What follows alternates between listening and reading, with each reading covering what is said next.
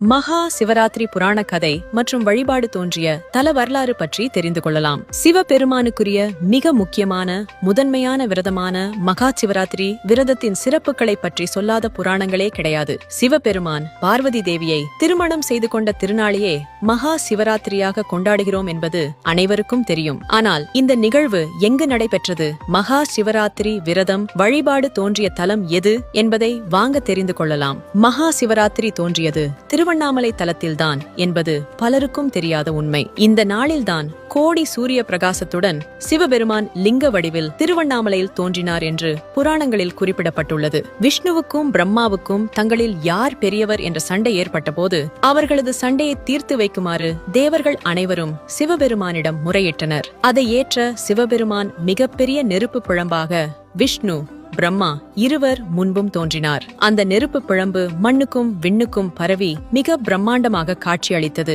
அடிமுடி காண முடியாத ஜோதி பிழம்பாக தோன்றியது.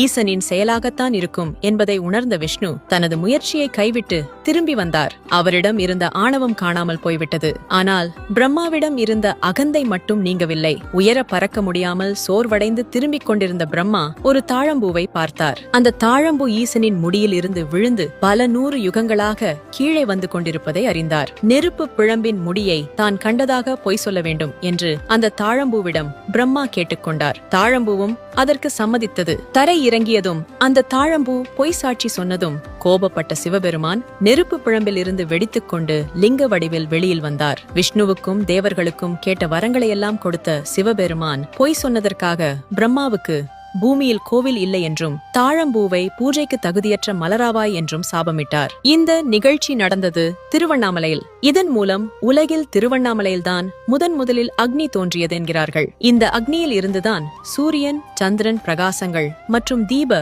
ஒளிகள் தோன்றின என்று புராணங்களில் எழுதப்பட்டுள்ளது. இந்த அக்னியில் இருந்து வெளியில் வந்த சிவபெருமான் லிங்கோத்பவர் வடிவில் காட்சி கொடுத்தார். இதனால் திருவண்ணாமலையில்தான் முதலில் லிங்க வழிபாடு தோன்றியது என்பது உறுதியாகிறது. மாசி மாத சிவராத்திரி என்று இந்த நிகழ்வு நடந்ததால் அது மகா சிவராத்திரி என்று சிறப்பித்து கூறப்படுகிறது. ஆக மகா சிவராத்திரி தோன்றிய தலம் திருவண்ணாமலையே. திருவண்ணாமலையில் இருந்துதான் லிங்கோத்பவர் வழிபாடும் மகா சிவராத்திரி கொண்டாட்டமும் மற்ற தலங்களுக்கு பரவியது. வேண்டியது எதுவென்று நான் அறியேன், நீயே அறிவாய், நீயே அருள்வாய். ஓம் நம சிவாய.